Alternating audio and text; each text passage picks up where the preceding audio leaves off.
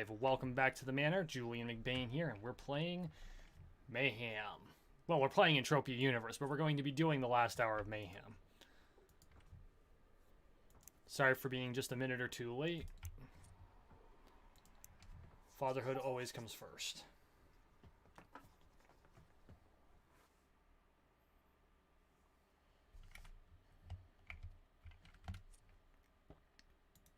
Okay.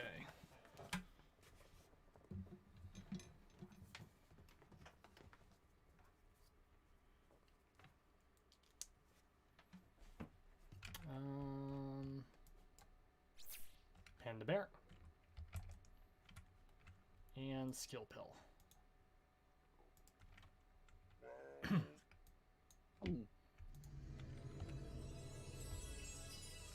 So this is it, kids. Last hour of Summer Mayhem 2020.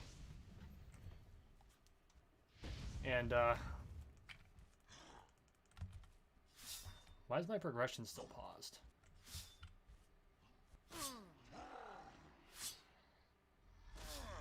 Did something go wrong?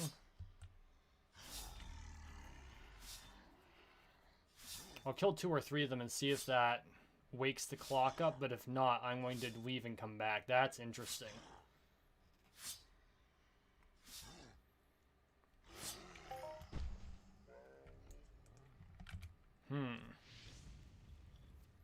Kill 1 more. It's not an exploit because I'm not getting points. Did I enter practice? No. The hell? I know Mayhem's still alive. We got like 4 days left. Okay, we're gonna leave and come back. That's weird.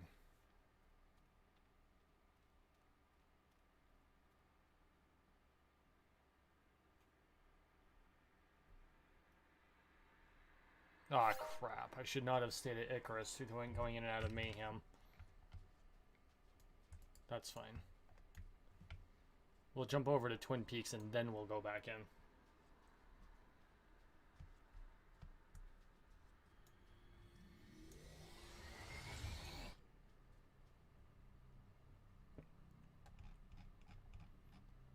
Twin Peaks.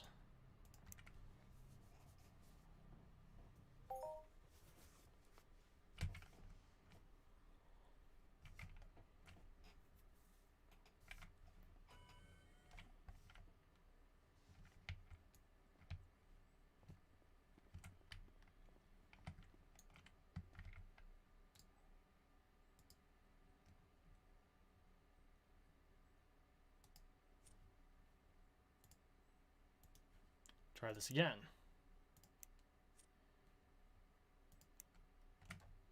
Mayhem 3, that's what I've been doing. There we go. I don't know what happened there.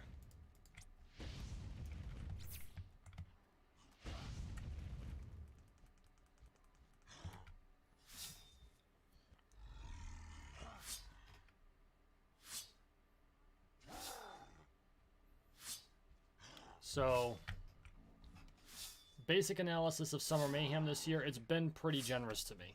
Got a couple of cool pieces of equipment, which I am determining how I'm going to offload those. I might auction them, or I might try doing like a sale at Twin Peaks or something like that, because a lot of people will stand at Twin Peaks and they'll just carny bark, which is something I've done. It's not a short method of earning money, but you can do it.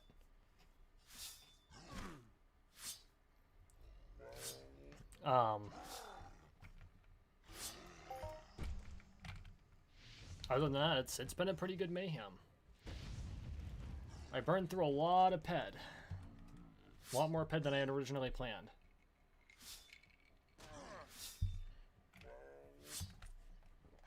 And I ended up with like an insane number of boxes. And the best part is summer boxes don't stop coming until after migration. And migration's in 2 weeks.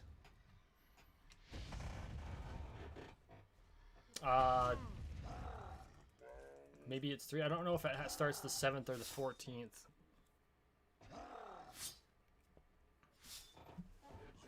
And after migration, we're off to Cyrene.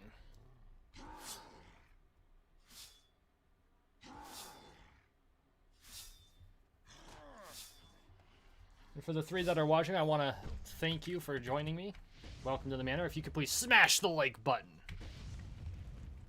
I'm going to get copyright strikes from Tim Pool. No, I doubt it.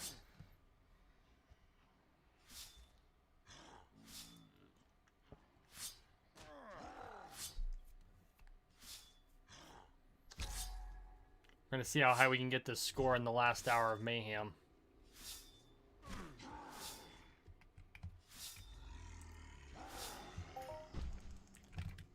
I'm figuring I'll be lucky if I hit 4,300.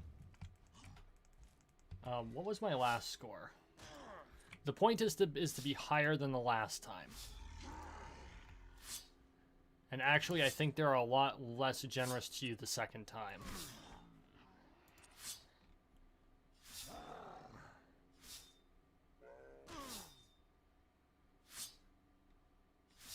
Here I am, 38, 43.59. I'm basically on track to have essentially the same score. And I need 4,800 to move up on the chart, so that's not going to happen. I mean, unless I get a couple of really lucky strikes.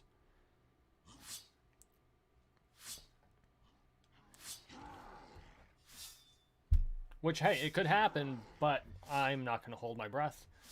So, we got at least a rough idea of where I sit in the pool. Unfortunately, my ability to compete at this level is not going to last much longer. Hey, Roy. Welcome to the manor. My weapons, or my profession level is getting high enough to where I'm going to be forced into Category 4.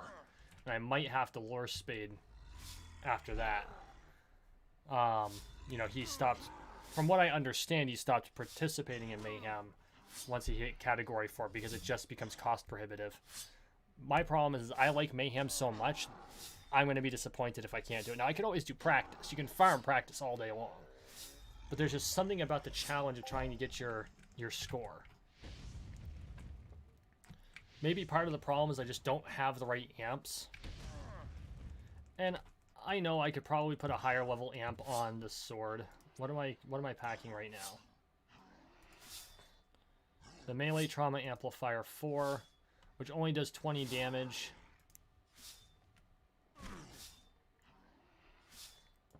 Theoretically, I could put... And I don't know if you're supposed to do one that's half of the minimum damage or half of the maximum damage. I think it's maximum, which means I could put an amp on here that does an extra 40 or 50 damage. Technically 55. But you're not going to find one that does extra 55.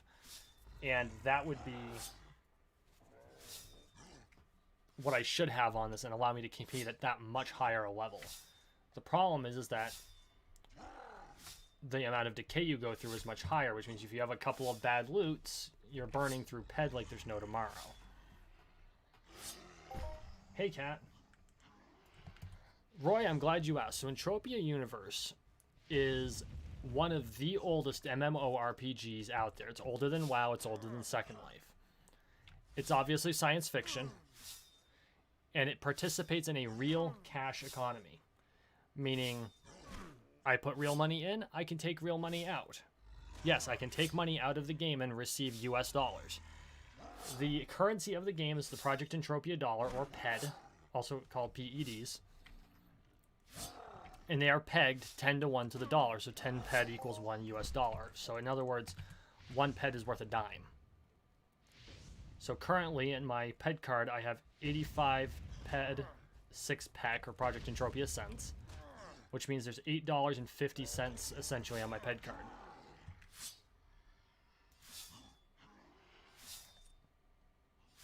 This amplifier, when fully charged, has a total value of 180 PED. That's 18 US dollars. I've already used one of those dollars just today.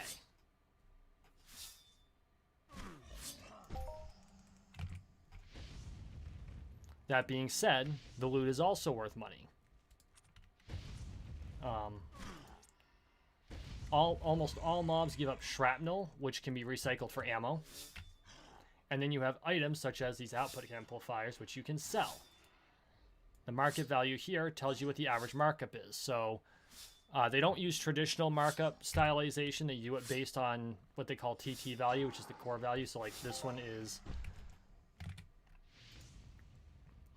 for this item, it's 80 pek. Because I have two of them, they're 40 pek each. So 113% of 80 pek, which would be, we plot a calculator here. Not very much because there's not very much there, but 0.8 times 1.13. That means I could sell it for 90 pek on the auction house. Now, some things don't have an intrinsic value, and they're strictly valued at what players will pay for them. This Summer Strongbox is a good example. It's worth 5 basis points of a ped. Now, for those of you not familiar with basis points, a basis point is 1% of 1% or 1% of a penny. So, yeah, they technically have an intrinsic value, but it's extremely tiny. You're not supposed to just burn them. These will often sell for 2 to 3 ped a piece. Currently, I'm sitting on 67 of them. Or I can go into the web shop and buy keys for $1 a piece and open them. You heard right. The keys to open them are $1 US a piece. And they cough out at least $1 US worth of stuff. Whether it's ammo or skill pills like these. Actually, they spit out a lot of different boost pills.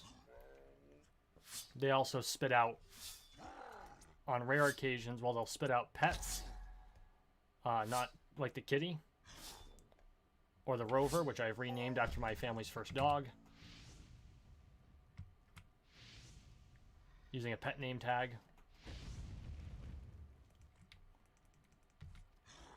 And you can also get specialty items like these rings. This ring increases my regen by 30% and my health by 12 points. This is a game where you don't get a whole lot of health points very quickly. The fastest way to get health points is by melee, because you gain health by getting hit, essentially. This is a strict, hardcore skill grind game. There are no levels. Levels, that's not strictly true. The levels they show are not the same as you play in other games. Like in other games, you gain XP, and when you hit the max XP, you level up. In this, that's not the case. The level on a profession is simply the aggregate of all of the skills related to that profession. So, like, I'm an advanced swordsman hit, 44. No surprise there. And that is an aggregate of all the skills that go into that profession. So things like heavy melee weapons, inflict melee damage, combat reflexes, long blades, melee combat, melee damage assessment. All of these things go into that profession. But it's not like I go ding and suddenly I'm level 45.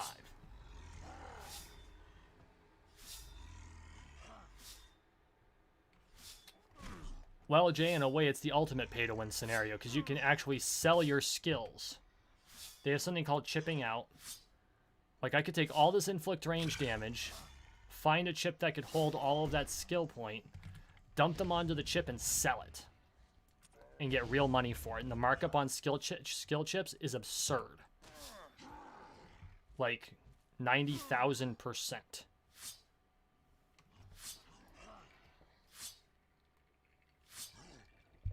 The thing is that there are 2 ways to make money, to play for free. Because this, strictly speaking, isn't a game, it's a platform. There are plenty of people who come on here just to socialize.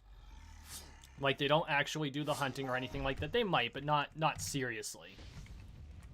You know, maybe they pay $5 for ammo a month. Because you can buy universal ammo off the web shop, and that's pretty much like a subscription fee in any other game. And that's what it comes down to, is for the average player, it's no different than putting in your 15 bucks into WoW or into Final Fantasy or what have you. And yeah, people can put in disgusting amounts of money and buy skill chips and just level up immensely, but then have no fucking clue what they're doing when they're facing off against the more advanced mobs.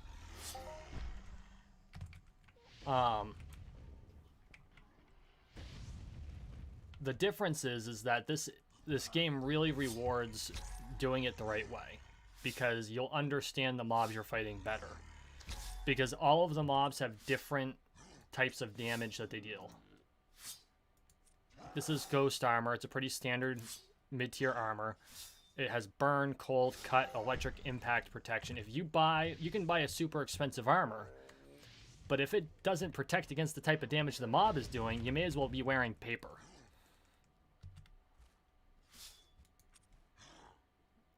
So while you can theoretically, quote-unquote, pay to win, all you're doing is wasting money.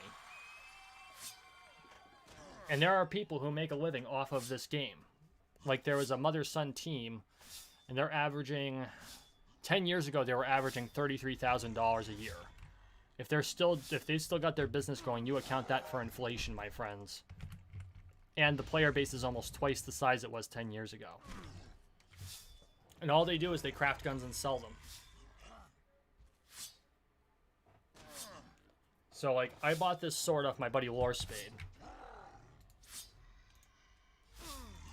As you can see, it's an R Matrix LB35. It has a 66.6% efficiency, right? That means that that's how much how cost effective it is at dealing damage. Here are all the wonderful stats. It has a base price of 75 ped. That's $7.50 per sword. And he gave them to me cheap. He gave it to me for 114%, so I spent like $8.50 on it.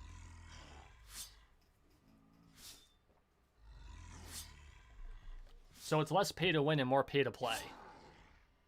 But it's the ultimate pay to play. Because in no other game can you earn money and then pull it out. Well, no, that's not true. Second Life allows you to do that too. But it's kind of a different system.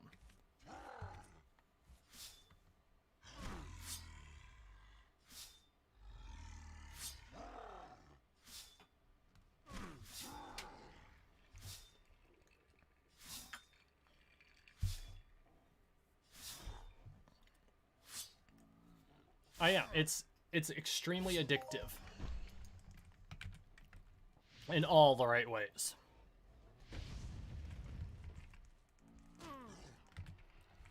I'm surprised economists have used WoW for economic models, dealing with inflation, shit like that. They should be using this game because the results in here are real.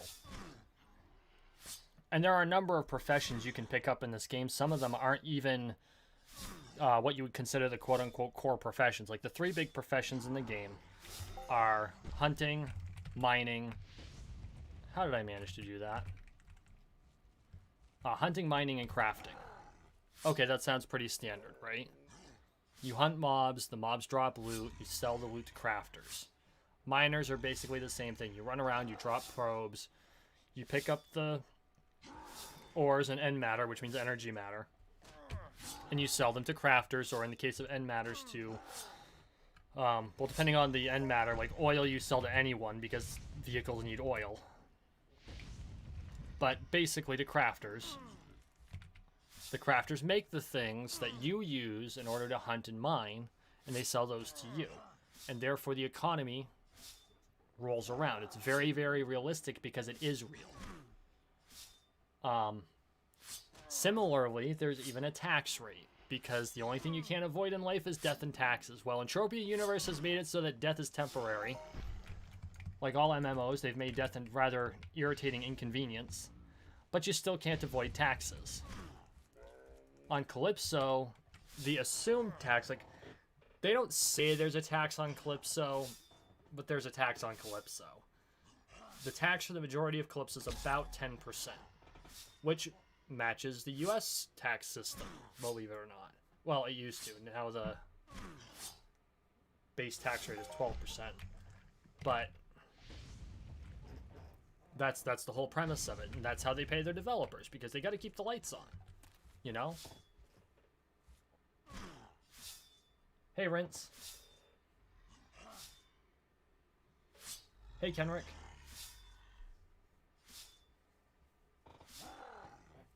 So yeah, this is Entropia Universe. You can even invest. So I have, and I use the term invest very loosely. None of these products are securities. They are not meant to be, this is not meant to be investment advice. Oh, I've got 2 more years of having to say that every time I mention this. I have deeds. These deeds represent a portion of ownership in a special area called the Arcadia Underground where players hunt. The players that hunt there are assessed a tax.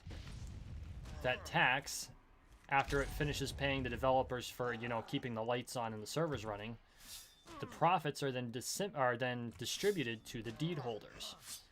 These deeds put out approximately 1 PEC or PEC, 1 cent, in-game cent per day per deed. So as you can see, I'm gaining money. And this 50 is for the other deed type I hold. There's also shares for certain types of properties. This is a newer system. This works a lot more like the stock market, whereas deeds act more like over-the-counter or real estate transactions. This actually acts very similar to the stock market, where if I want to buy more deeds, I hit buy. Here are all the offers.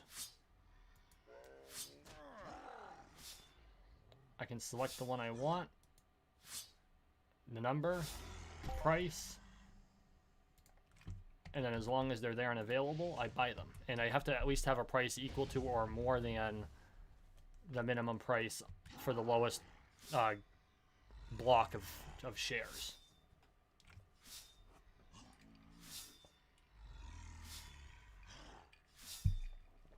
You can see I'm making money here too.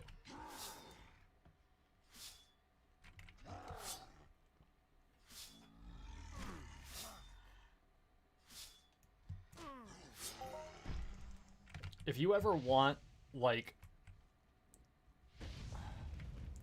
an almost brutal introduction into how the economy works underneath it all, play Entropia Universe. Because people don't pull punches here.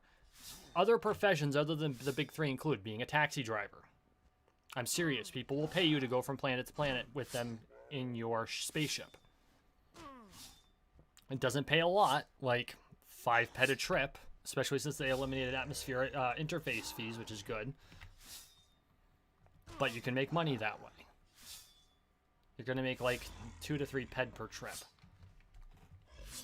You can be a hairstylist. You can be a face sculptor because you need face sculpting in order to adjust how you look after you create your character.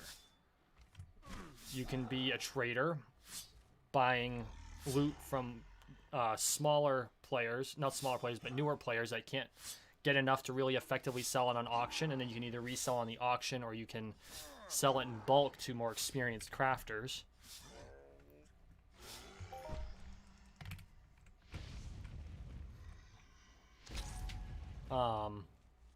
You can be a pirate. In space, you can take your spaceship, you go out to lootable PvP, and you wait for other players to come along and you shoot them down. If they're carrying certain types of loot, you get it. And until recently, it was a pretty lucrative profession to have. Even though they burn through ped like there's no tomorrow, it just takes one good haul from one special player that doesn't know to empty their bags before they go into space. I will say that because it's a real cash economy, unlike in Fallout 76 where I cheerfully am the bad guy, I will not be a pirate in this game. I'll PvP in non-lootable areas, but I will not be a pirate because real money is involved. You know, if you lose, if something's stolen from you in Fallout 76, what are you losing? You're losing maybe a little bit of time, right? Things in here have real value.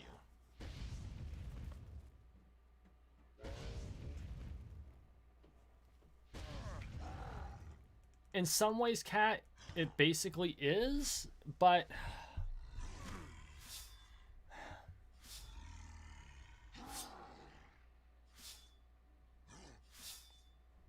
what's a good way to put this? There's a lot of real life in this virtual world.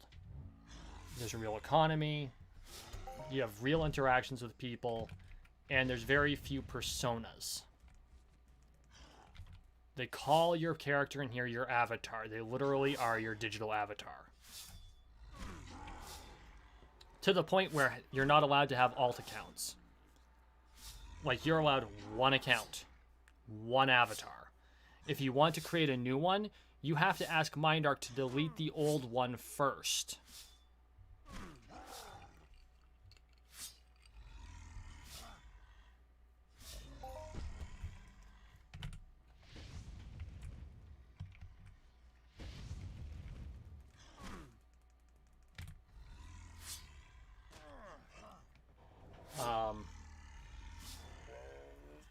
But in a lot of ways, there's still a lot of the sci-fi fantasy aspects to it. You're still fighting mobs for money. You know, just like in any video game. You kill mobs, you collect loots.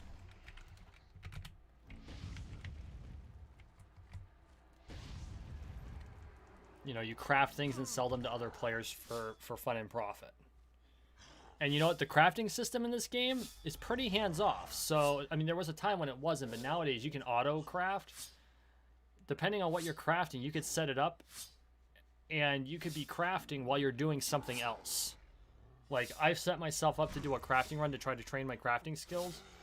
I'll set it up to run on automatic, and I'll go split wood for an hour. That's not much different from any other game with crafting.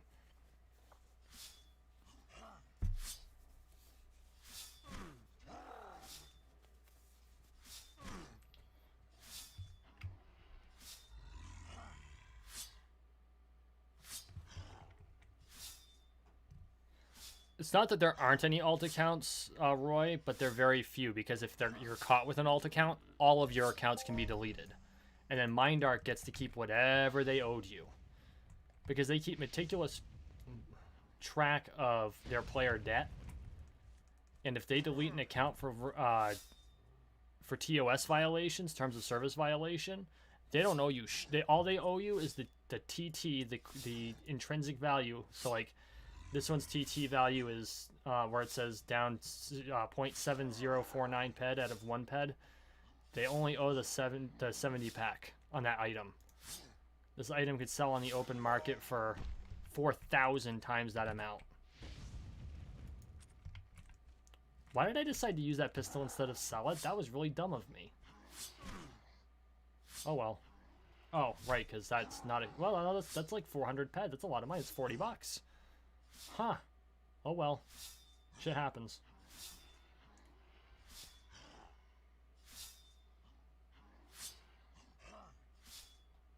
At some point, I'd be more than happy to. But, I don't know that Borderlands 3 is cross-platform.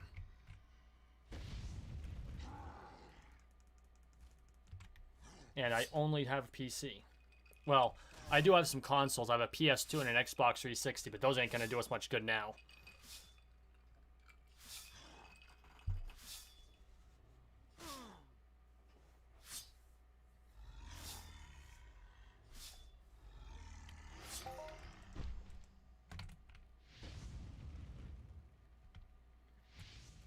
Dibs on the Irishman, by the way.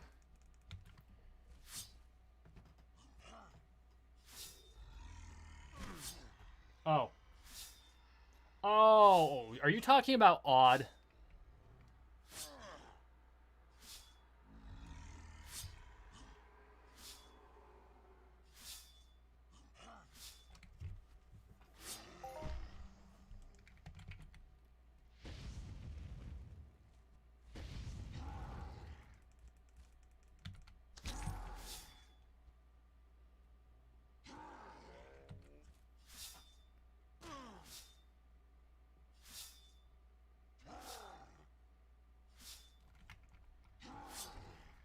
Sorry, man, I called dibs. McBain is in the name, my friend. And I don't have the guts to play a Siren yet. They look like they're a lot of fun, but I'd probably get my ass handed to me while I was trying to figure out their complex moves. I've got to do a run as a Siren, though, at some point.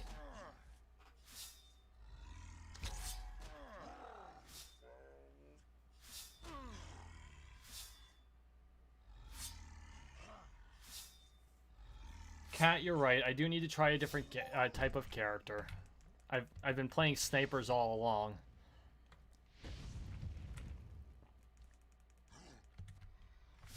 I considered playing Brick in the first one, but I didn't know what I was up against, and playing a melee character in a game that's loaded with guns, I figured would be an exercise in, well, self-flagellation at best. But you're right. You're absolutely right. I need to learn to play other characters.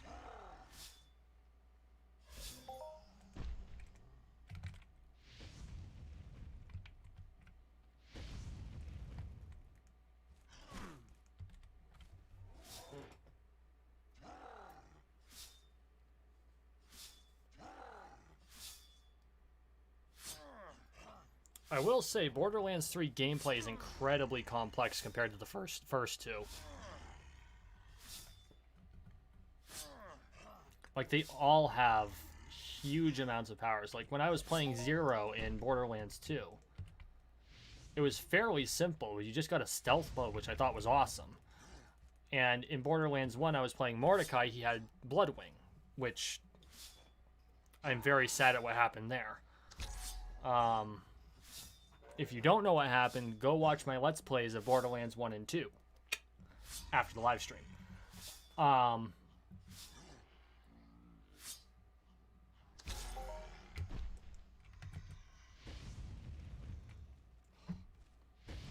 Yeah, I can see Odd as a Necromancer.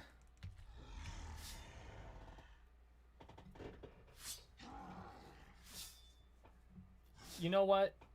I've got a couple of things in the can. I've got Rince who would like me to do some videos with him, and unfortunately my time is at a premium. I'm not saying no, but trying to find the time is going to be interesting. So I'm interested, Roy. Let's talk about it once I figure out where my head is.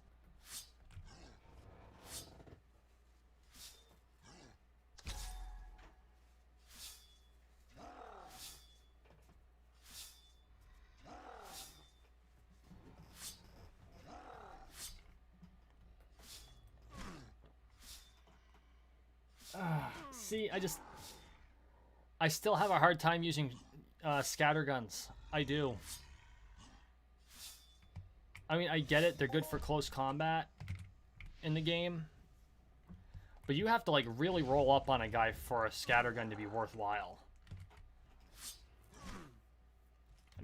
Now, to be fair, I'm not big on shotties IRL either. So that's probably part of my bias against them.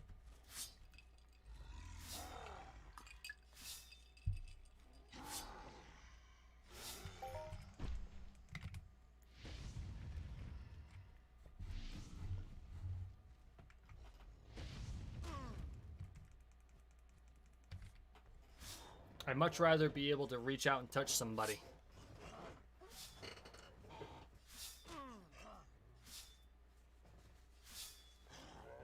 Hence why I tend to play a sniper. I'm one of two things. I'm either a sniper or I'm a close combat artist. There's no in between. And in a lot of games, I'm both. In this game, I'm technically both, although much more melee than sniper. In Fallout 76, I'm both, much more sniper than melee. In Borderlands, melee isn't worth garbage, so I'm mostly sniper.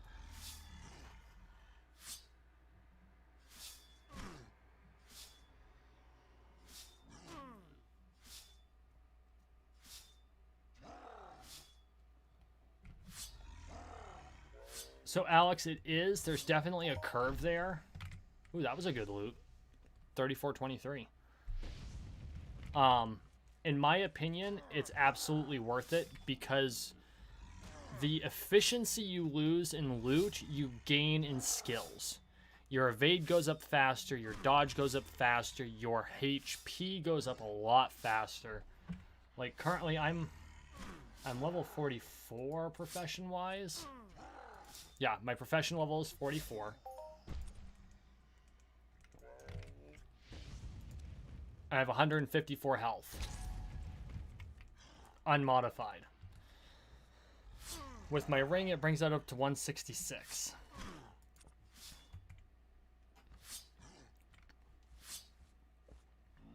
compared to other players, I have high HP.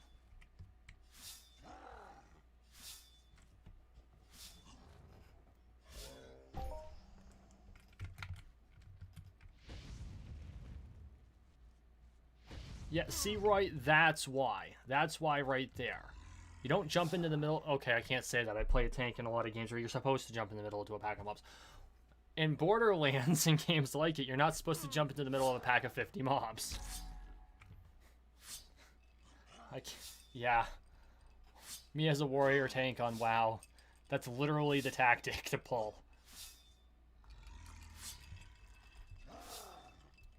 It drove my healer nuts. But she was good. She managed to keep my ass alive most of the time. And when I died, it was definitely my fault, not hers.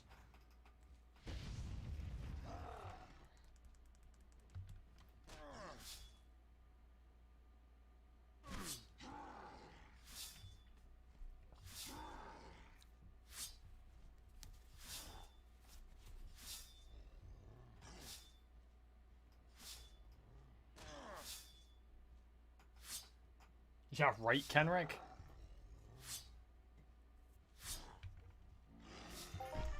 Global 5951. That is the smallest global I've had all week. Not complaining, a global's a global, but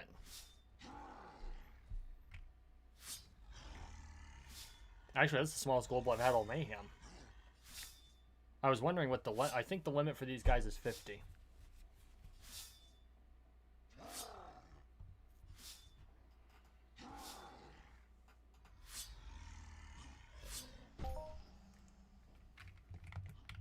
Thank you, Alex. Hey, Rince, if you're in the chat, see if you can't raise his Lord and Savior Boomstick. I think Boomstick would get a kick out of that. Which I know he's not talking about Boomstick, but Boomstick would still get a kick out of it.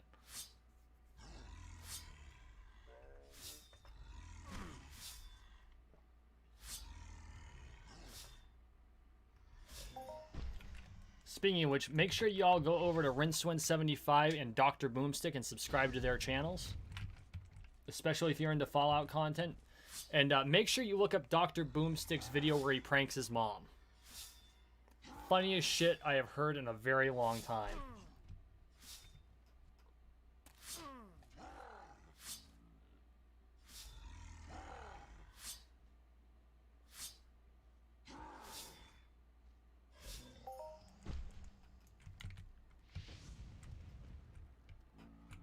So my friend Roy, J. Lamberton, just said the words, my Lord and Savior Boomstick, which he's not referring to Dr. Boomstick, but I have the feeling if Boomstick saw it, it would be worth the it would be worth the humorous interaction.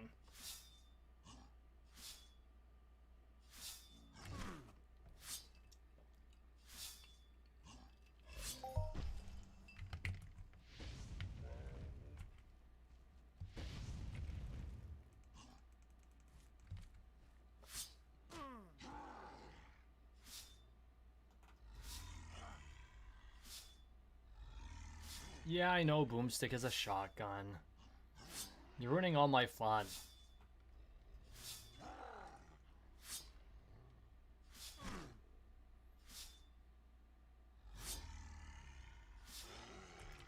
I will admit that in BioShock, shotguns are legit. There's a lot of close combat in there, though. It's all urban fighting. Of course you use shotguns. Just because they're not my preferred weapon doesn't know I don't know when the situation is right for them. But they are a situational weapon.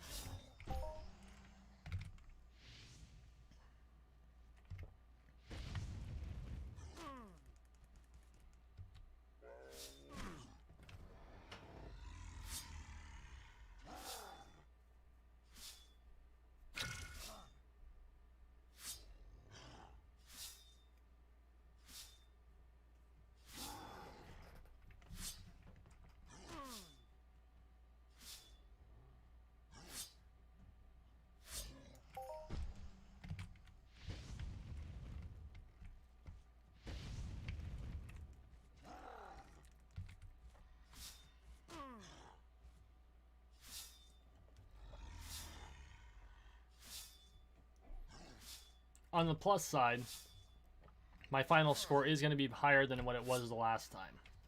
That's aces. Oh, jeez.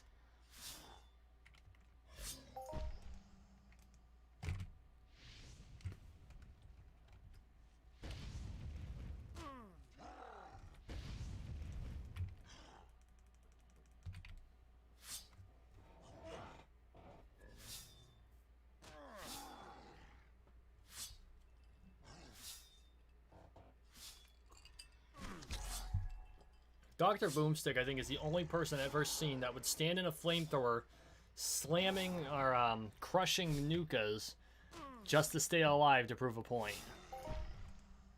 He's tanky AF.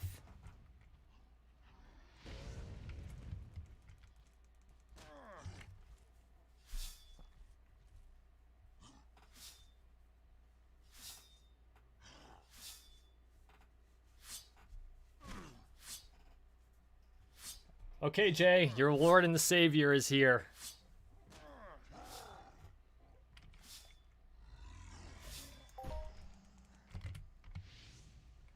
Hey, Boomstick, good to see ya.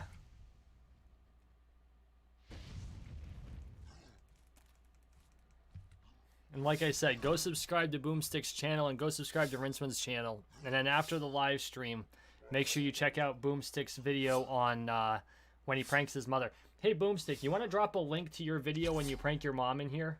In the chat? I think everyone would get a kick out of that. I can't believe they demonetized that. That was crappy.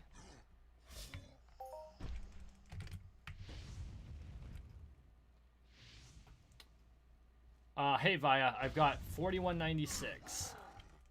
In about 23 minutes to go. I should hit the boss one more time. That's going to automatically add 250 points. So I'm probably looking at about 4,400. So just a touch higher than I got the last time.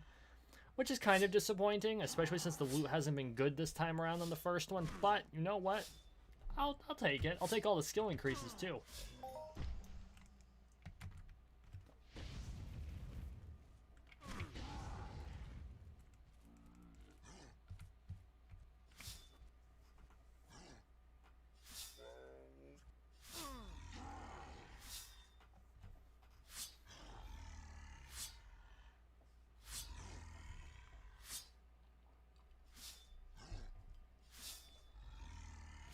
I will say that the one downside to this game is there's no good taunt.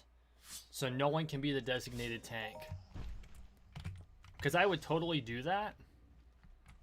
I'd join groups, I'd be like, okay, someone needs to keep me alive, but I'll be the designated tank and just take all the damage. And because there's no taunt, there's no way to do that.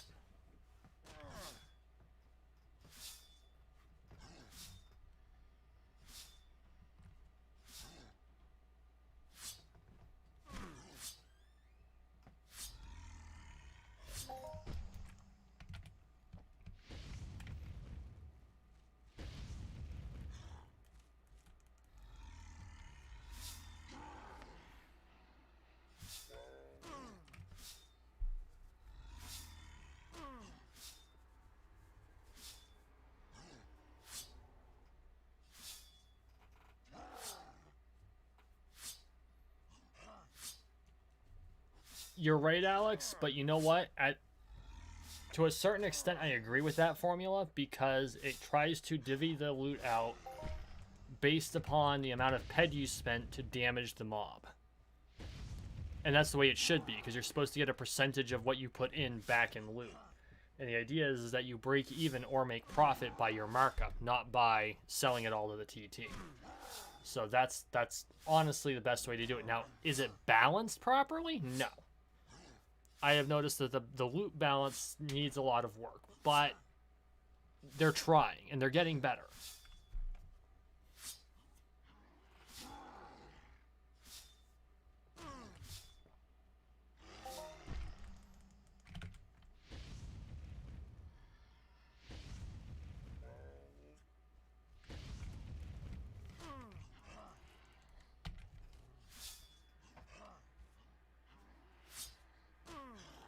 So, for all of you that have just popped into the channel, would you do me a favor and smash the like button? And I'm going to keep doing that until Adam Kriegler sends me a cease and desist order. Actually, it'd probably be Lydia.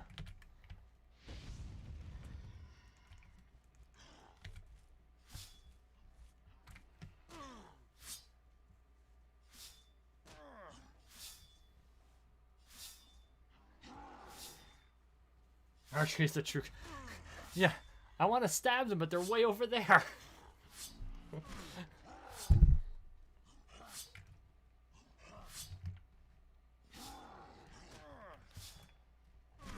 And see, I think that 9-foot spear is just as social distancing worthy as archery.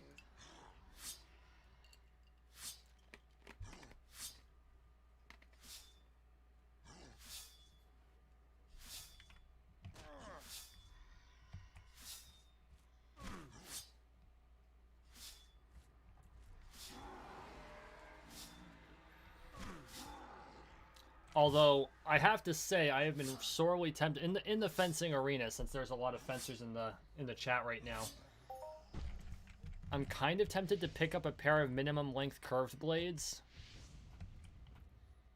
Like, and I'm not a curved blade guy, but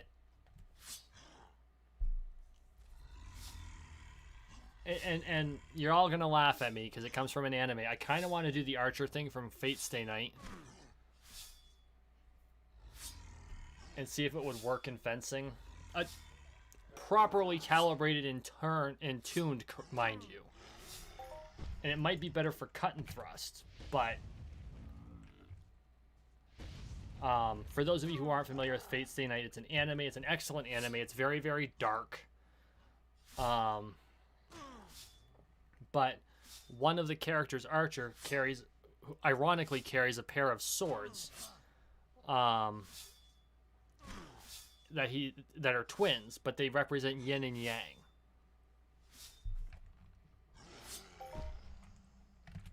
So, funny you should say that, Alex. There is another game called Virtueverse that is currently in production, and we're expecting Early Access 4 to come out sometime in the near future. The devs have not quite released it. That does have Spear, the one true form, for Heavy List. And I am anxiously awaiting EA4. I played in EA3 and it was terrific. I did a few videos on it. You can find them in my playlists. But I encourage you to check it out because that will also be a real cash economy game. But it's different from EU because there's actual mechanics in it. They're also using a much lower cost model. So whereas like $1 is 10 ped in EU, $1 is 1,000 aurum in Virtueverse, and the cost of a weapon in game currency mirrors Entropia Universe, at least so far.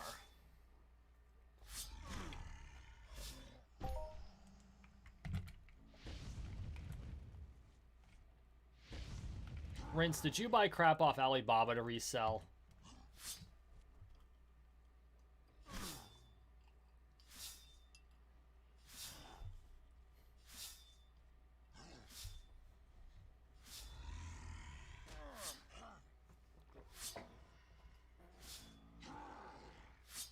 Actually, I can't say that. There are a lot of people who make fortunes by reselling stuff off Alibaba. I considered doing it myself, but our current relationship with China, which is where all that stuff comes from, is kind of strained. And I don't want to build a business just to have my supply dry up, so I'm just not touching that. You're fencing. Fencing of a totally different sort, I'm sure, Rince.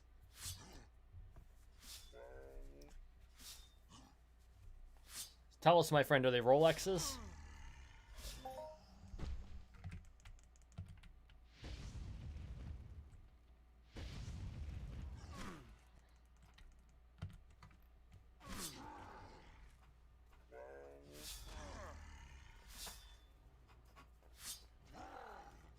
Now, Kenrick, you say wear a mask, but technically when we fence, we always wear a mask. You have to be more specific than that.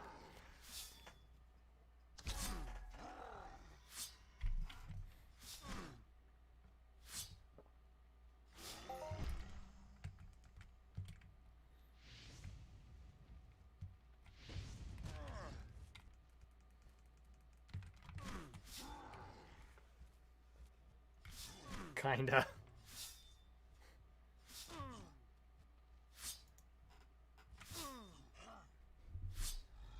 My friend Rincewind, member of the firm.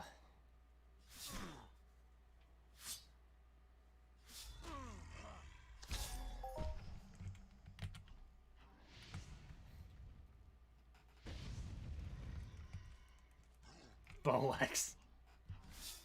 Nice.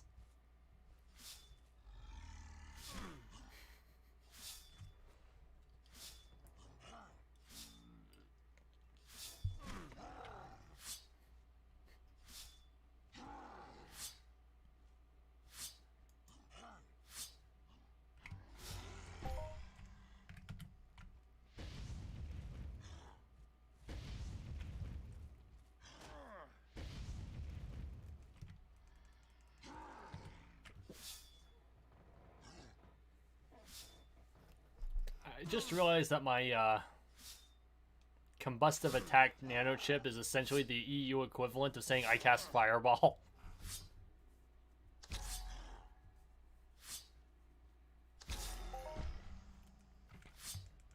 You know, funny you should mention that, Roy. I have a dream.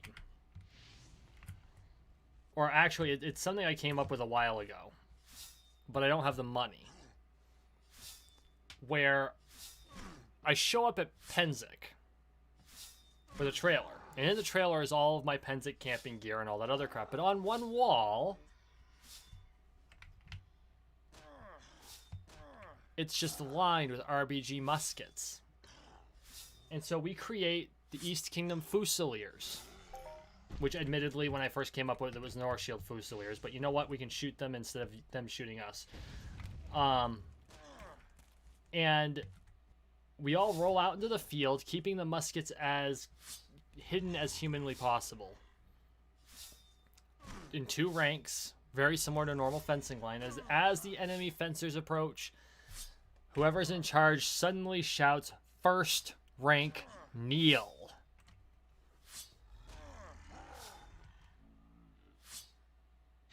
And just watch the Middle Kingdom's line panic.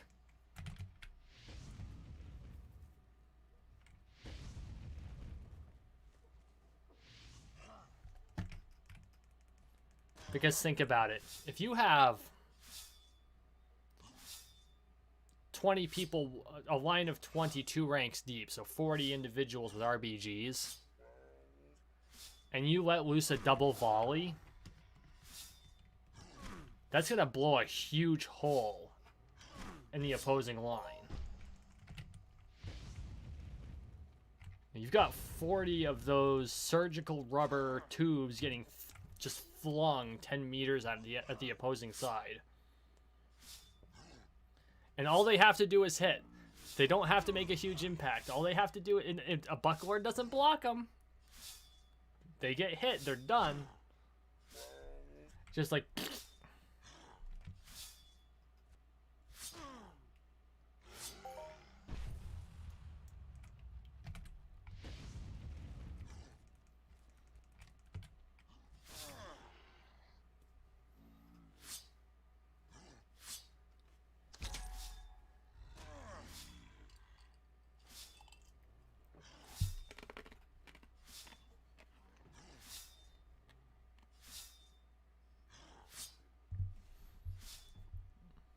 We'd have to find out what it would cost to acquire 40 rubber band muskets.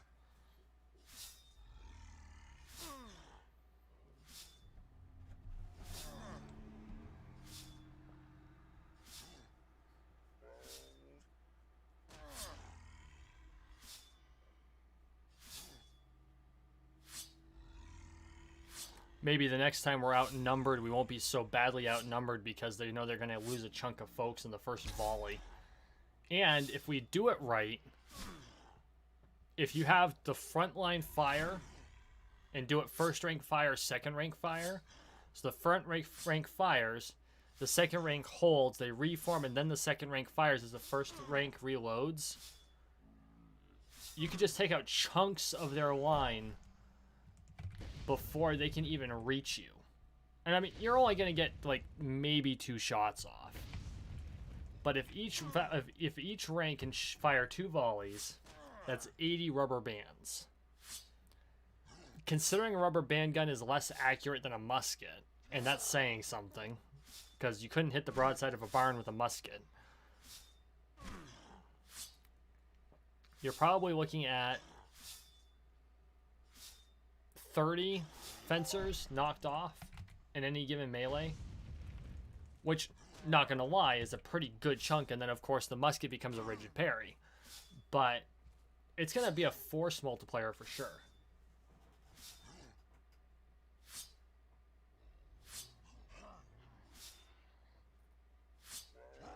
And see, Kat, this is why I like you so much. You come up with the good ideas.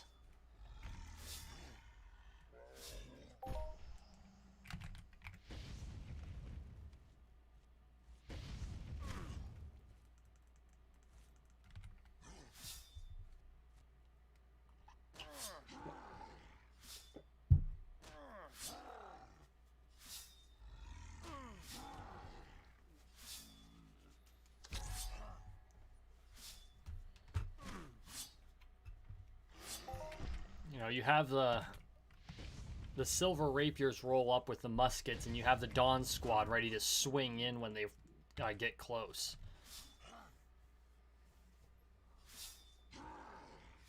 That's a winning formula for Penzik War.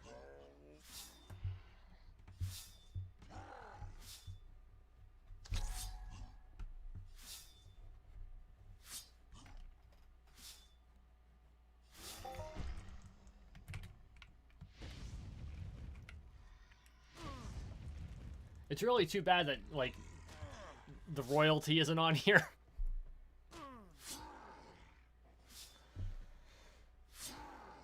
Oh. Oh, my panda's sad because it's hungry. Crap. I don't have any Nutrio bars. So we'll pull out the puppy.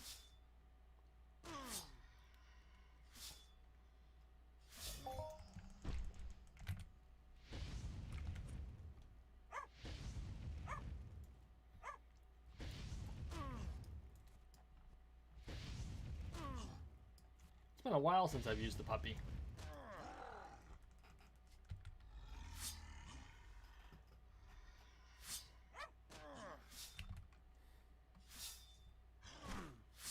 I've been leveling my other pets, which I know doesn't make a huge amount of sense since the Compet game ended up falling through, and that's what the pets were originally for. But gives me the skills I need to use some of the better pets, like the Yogg Horror, which gives you a mining boost. I gave you a not mining boost in this area until recently, when Mind Arc, after 2.5 years, finally figured out that it was giving buff to combat players who should not have had the buff, and therefore they were getting ridiculous scores in Mayhem.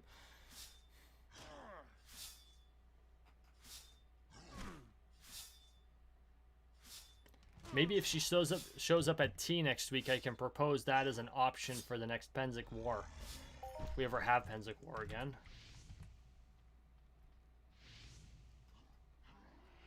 Of course, if I propose it, I'm going to be required to show up for Penzik, which means I'm going to have to figure out how to afford to go to Penzik.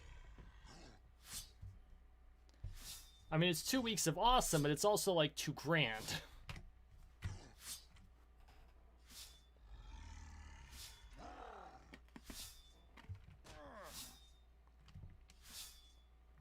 Yeah, you're right, Kat. She won't be Her Majesty much longer. I think the East needs to come up with like a special royal peerage to recognize the 6 leagues of horseshit she has had to deal with during her reign. And she has just had to deal with muck. And none of it was her fault. We should... I think instead of making her a countess, we need to make her a marquisette. Whatever what's the equivalent of a marquis or marquis? Or marquesa, that's it. Or a marchioness. Which had the same... So it was the same rank as a count or countess, but it had better social status because they ruled a march rather than a county. And a march was a county that was on a border that was known for needing to be defended.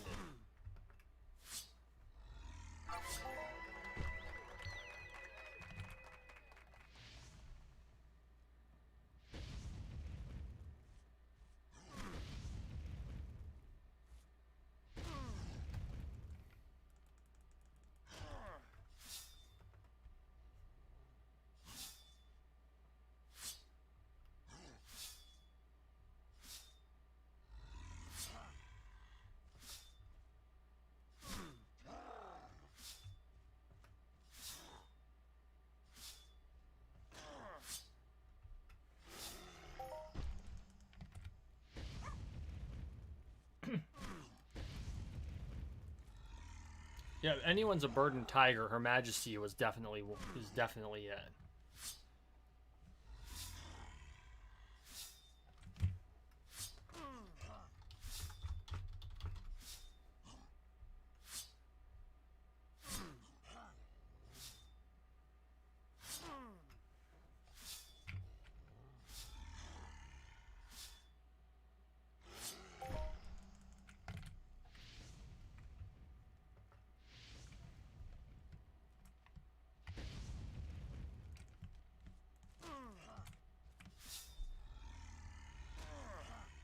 Their Highnesses would not be amiss in awarding her a bird and tiger when she steps down and they take over.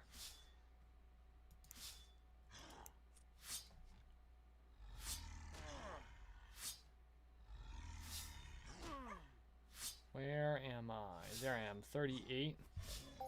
So I'm already higher, but I'm still not going to make 48.69. So I'm going to stay in the same position, but with I'll be harder to knock off, which at this point, the chances of me being moved from 38th place is relatively slim because there's only a few days left. So it is what it is.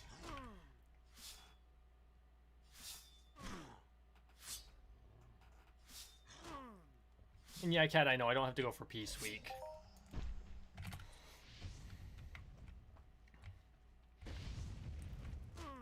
I would want to show up early enough to where I could go and visit the Merchant's Row, which is a mile long and 2 rows deep.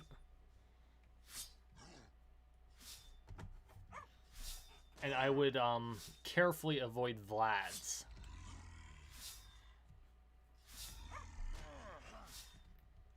Although Vlad shouldn't be on Merchant Row.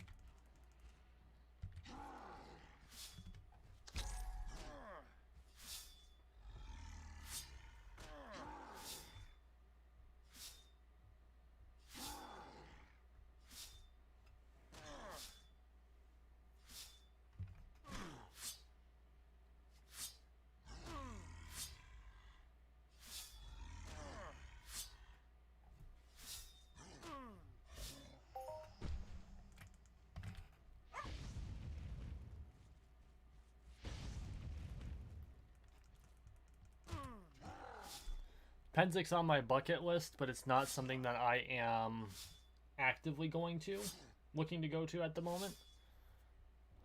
Thankfully, I'm a lot closer than I used to be.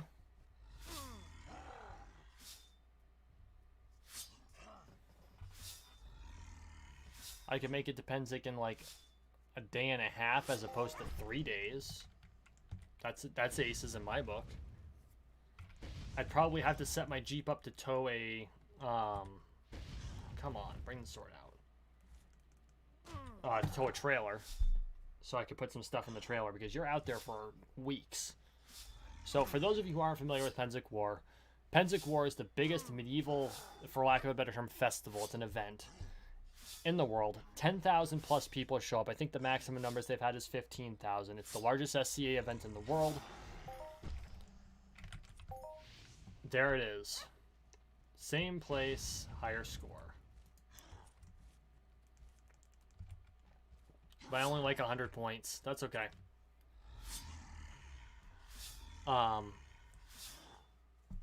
So yeah, I mean, I've heard it's a lot of fun. There are a lot of people who love it. I've never been because it's so expensive. I think the tickets alone are like $200. Which, okay, for a convention of any sort, if for lack of a better term, that's not terrible. Especially one that's got 15,000 people and is 2 weeks long. But the That doesn't mean it's cheap. And you got to pay for all your food. And you got to pay for camping. And. You know what I'm saying? So I haven't participated in it yet.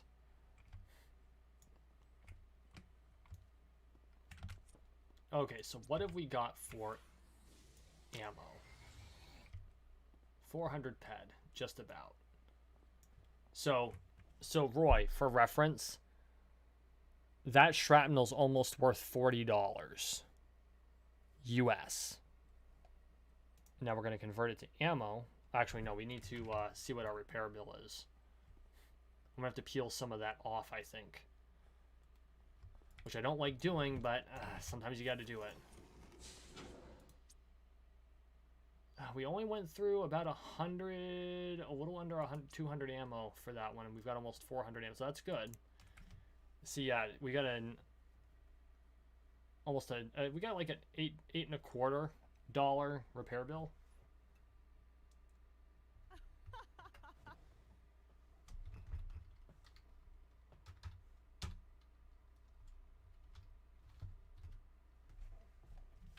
So if I peel 100 ped off.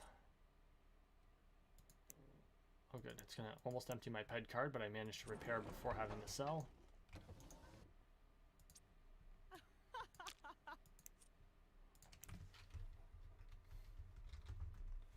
Not a fan of having to do that, but it is what it is. 8 ped there. Convert. It's almost $30 worth of ammo.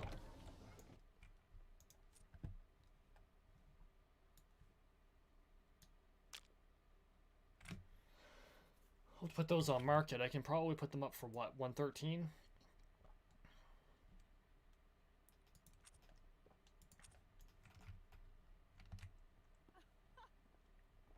Sell those boxes for 2 ped each, I think. Actually, I don't know what the market value for boxes is right now. We've got roughly 20 minutes left.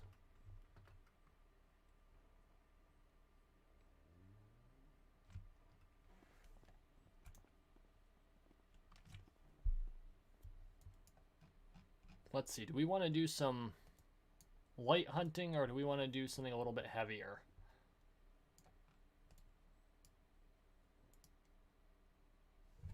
Still have that short blade, right? It's got quite a bit left on it too. Okay, we'll do Boreas.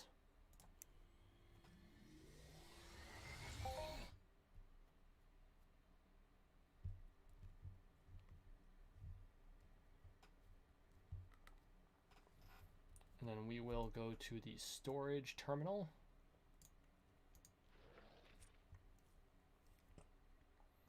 Actually, technically, I think this thing could take the same.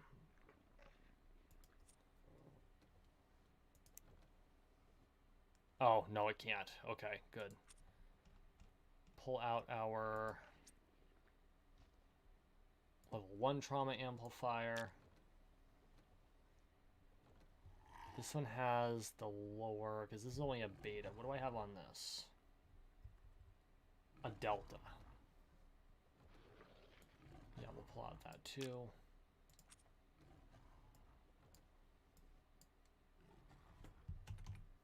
Hotkey it. Place the sword with the knife.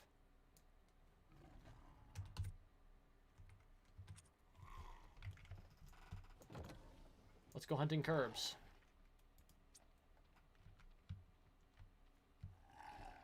Not the ones that are sweating though.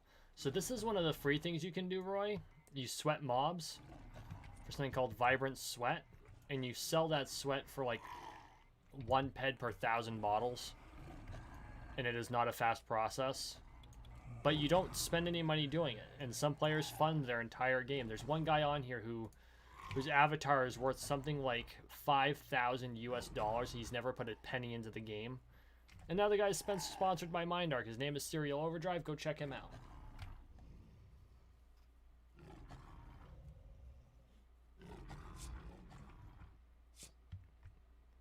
Theoretically, with the amp on here, I could probably take off the ghost armor. So after this guy's down, we're going to give that a try. And now we're getting real loot.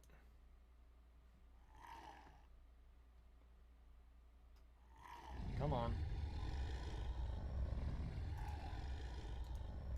Let's see if we can make this work.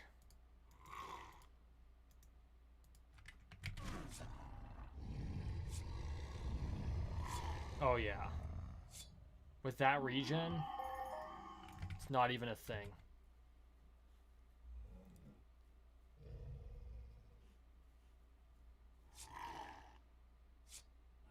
I love how the knife recycle rate is twice as fast as the animation can recycle. So it looks like I'm hitting him for extra damage when it's really just the recycle rate.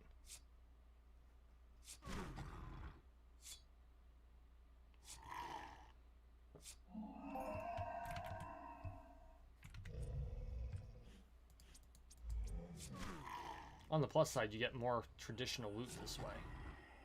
This stuff can all be sold for markup.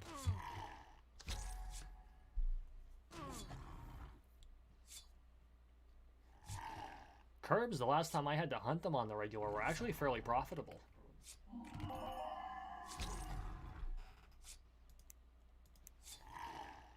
So that can go away. Let's pull up our Kerberos.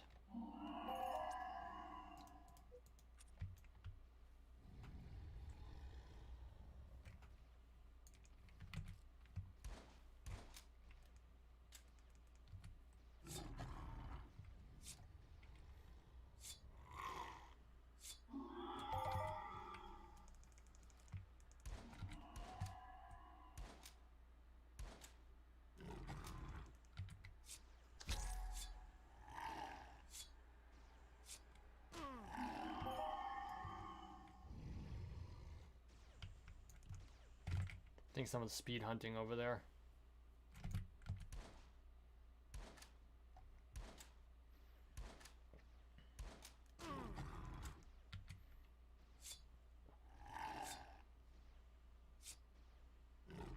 Hip thrust that like button. You know, now that Boomstick mentions it, if you're just coming in, please smash the like button.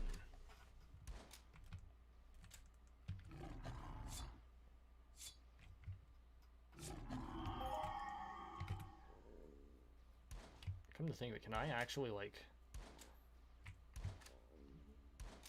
Oh yeah, they wouldn't even be able to touch me if I'm just shooting them. And I'm using a pistol.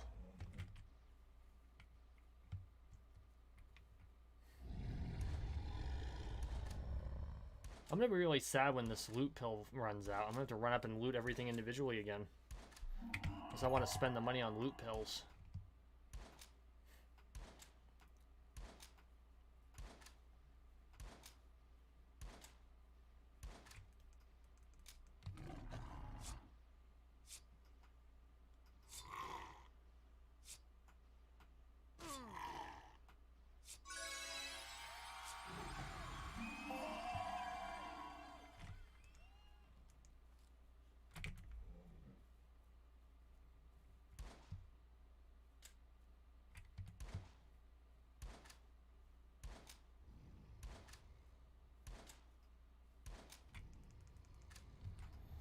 Well, you know, Roy, that's what they say. Skip to step 3. Profit.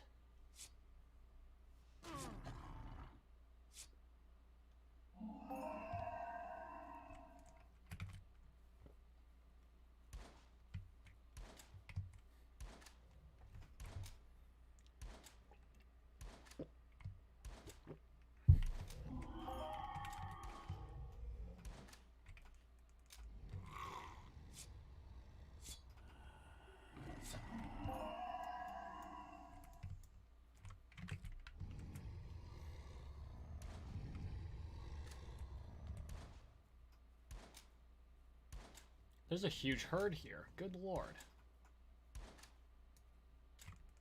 Must be not many hunters are out tonight hunting cur- Oh no, everyone's playing Mayhem, so of course there's no one here hunting curbs.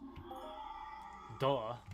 It's like coming here during migration. There's gonna be no one here, because they're all hunting Longtooth.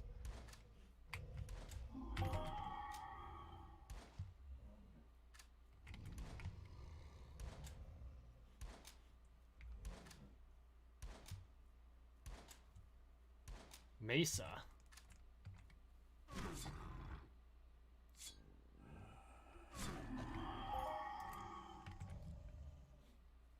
Like Black Mesa?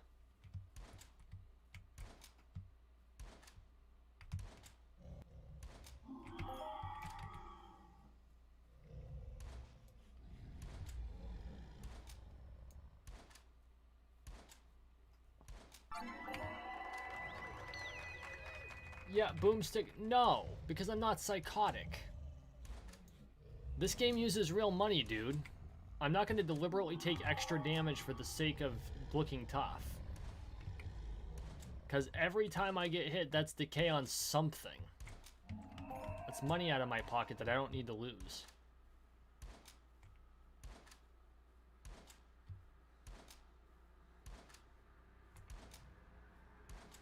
Like real world money.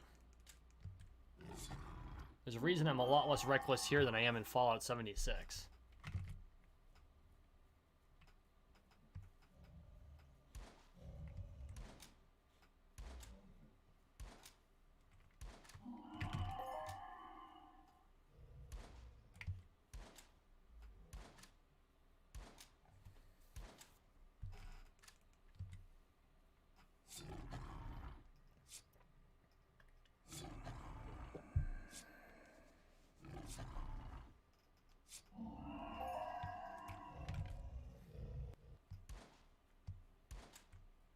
Well, technically, I'm actually what they would call naked now. For context, before people start chuckling at me, they mean no armor. So I'm fighting no armor, currently.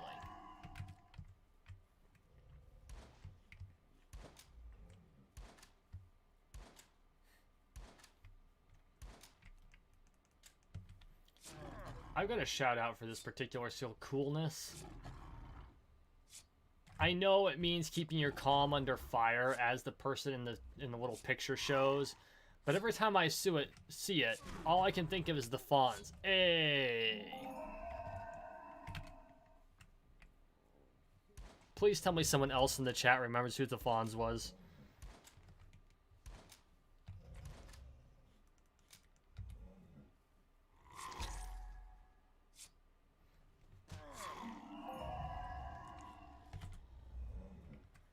There's not a whole lot of AoE attacks, Boomstick. In fact, I think the only thing that is an AoE attack are the things that use explosive projectiles. And for those rocket launchers, they tend to be very underpowered. They'll hit a lot of stuff, but they don't do a lot of damage to any one thing. They're hard to grind out. They're expensive to grind out. And a lot of them are more suited for PvP combat. Like when Lore Spade freaking carpet bombed my ass in Orthos.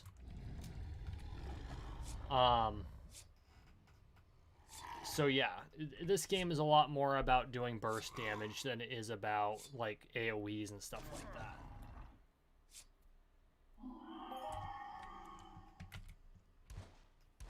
Okay. Roy, I am giving you a quest. Find the series called Happy Days and watch like 5 random episodes. Watch the first one, which I think the Fonz was right from the beginning, and then just watch like 4 other random episodes. And you'll understand the Fonz.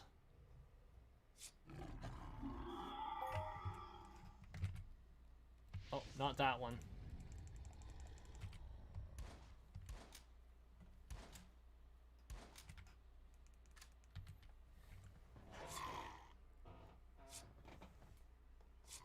The Fonz was the definition of 1970s cool. The leather jacket, the popularity, he had the car, he had the bike. He was polite, but he was also a punk.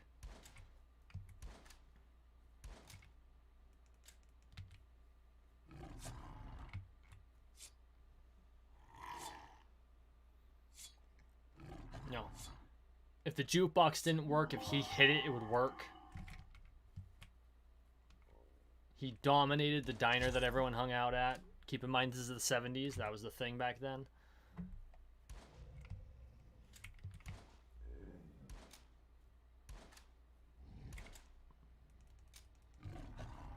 Actually, it might have been... Maybe it was the 50s. Hang on, let me look that up. Maybe I want to say it was the 70s, though. Because the cars and bikes looked like they were 70s.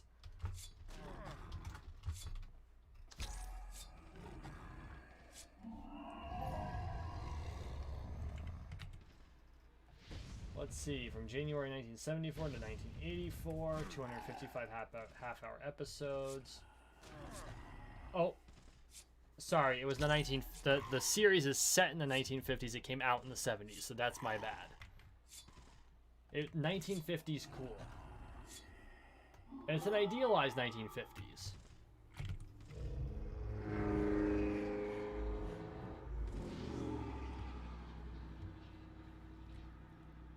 Yeah, right, Boomstick?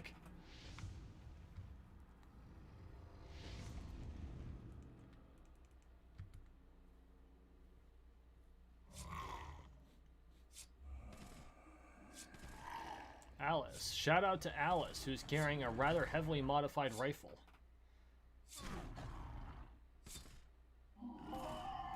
Oh boy, she's collecting a train. She's probably speed hunting by the sounds of it.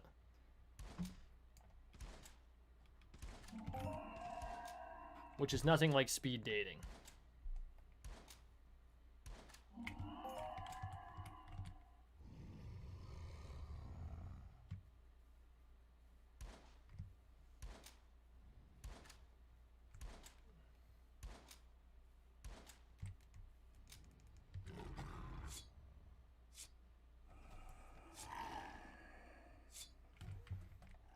We are actually coming close to the end of our time for the night. Oh boy, we've come to the end of our time. Maybe that's what I should do. I should do a live stream version of the We Happy Few game. Probably scare everyone off.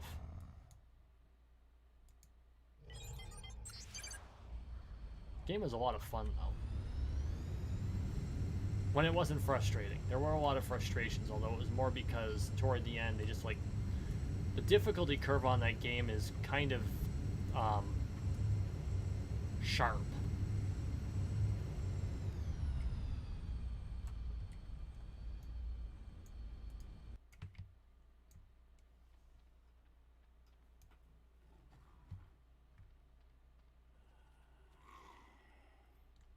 So basically, Happy Days is what would have happened if Fallout hadn't had the war. Okay, so for our curb hunt, we spent 3PET09.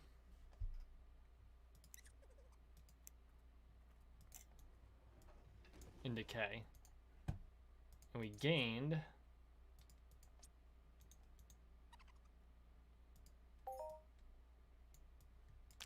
1174.